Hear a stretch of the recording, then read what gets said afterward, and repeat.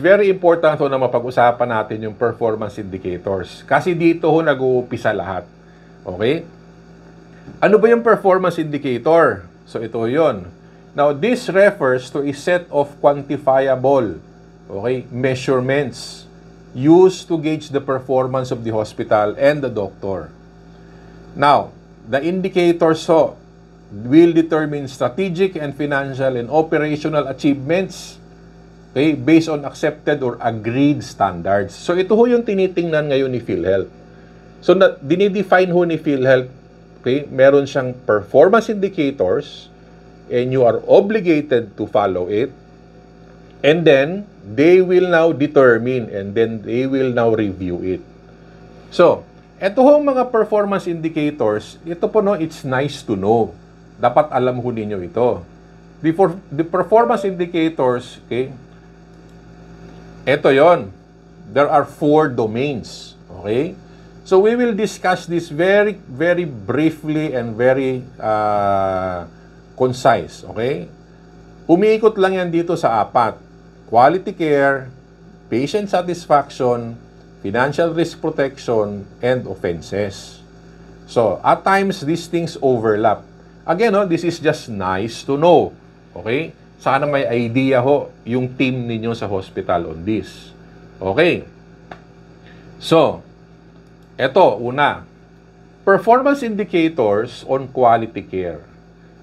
So, again, these are things wherein they would want to monitor or they would want to check kung meron ho kayong ganito. So, number of patients admitted with primary care sensitive cases, number of patients given ito hong inappropriate and irrational drugs, issues on ARSP, and patients subjected to inappropriate diagnostic services or procedures. Okay? Also, part of quality care, yung mga complications ng mga sakit. Okay? Annual death rate, referral rate, bed sharing, occupancy, and bed turnover, and other things. Now, honestly ito medyo hindi ganong kinakarir ni PhilHealth. Okay? Because there are so many things that is already being monitored.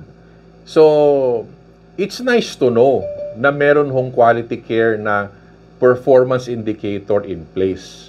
So, from time to time, they get to check this. Okay? Kasi, sa totoo lang, hindi din ho nila kayang tutukan yan nationwide kasi kukunti lang yung tao. But it's nice to know that they have such performance indicators. Kasi from time to time, nakikita ho nila or meron hong mga aberya or meron mga problema dito. Okay? Now, yan ang example ng quality care. So, ito pa. For patient the next domain is more on patient satisfaction. So ito, they are checking the number of validated member or patient complaint on medical or administrative management. Okay, kasama yan. So ang goal dito is that they want to determine the problem of the patient. Meron namang hong iba, part of the patient satisfaction, the number of patients satisfied. So ito yung determine the satisfaction level. Okay? Mamaya, i-relate natin ito sa mga strategies na ginagawa nila. The number of patients satisfied with the child birth rate related care. So, ito yun, determination of satisfaction sa child birth related cases. So, kaya meron dito mga pa-survey ang mga PCares, no? So, it's because of related to this performance indicator. Okay? Now, to proceed, again, nice to know, performance indicator on financial risk protection. Especially for the government, ito the number of NBB patient, or the number of NBB with copay. So, binibilang yan. The number of hospital claims with attached receipts, for drugs or medicines, or the review on the dependents out of pocket. Ito, nung mga nakaraan, medyo seryoso si PhilHealth dito. However, recently, hindi nagaano. Okay? However, ang issue ng out-of-pocket, tinitingnan from time to time. So the number of members who directly file the claims from non-accredited facility, okay, it's nice to know also. Now, ito, another thing, financial risk protection, okay, ito na ho yung under deduction, yung mga case type Z issues, ito ho yung service capability. So marami ho dito is directly associated ho ito sa mga LGU. Okay? Now, again, nice to know. Now, ito ho. The next is the fraud detection.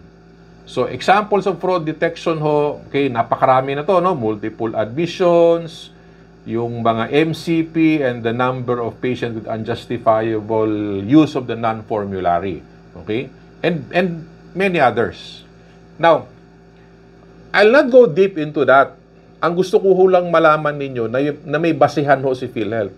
There are existing performance indicators yung 4 na domain. Okay? Matagal na ho yan. When all case rate was released, nilabas din ho yan after a couple of years, no?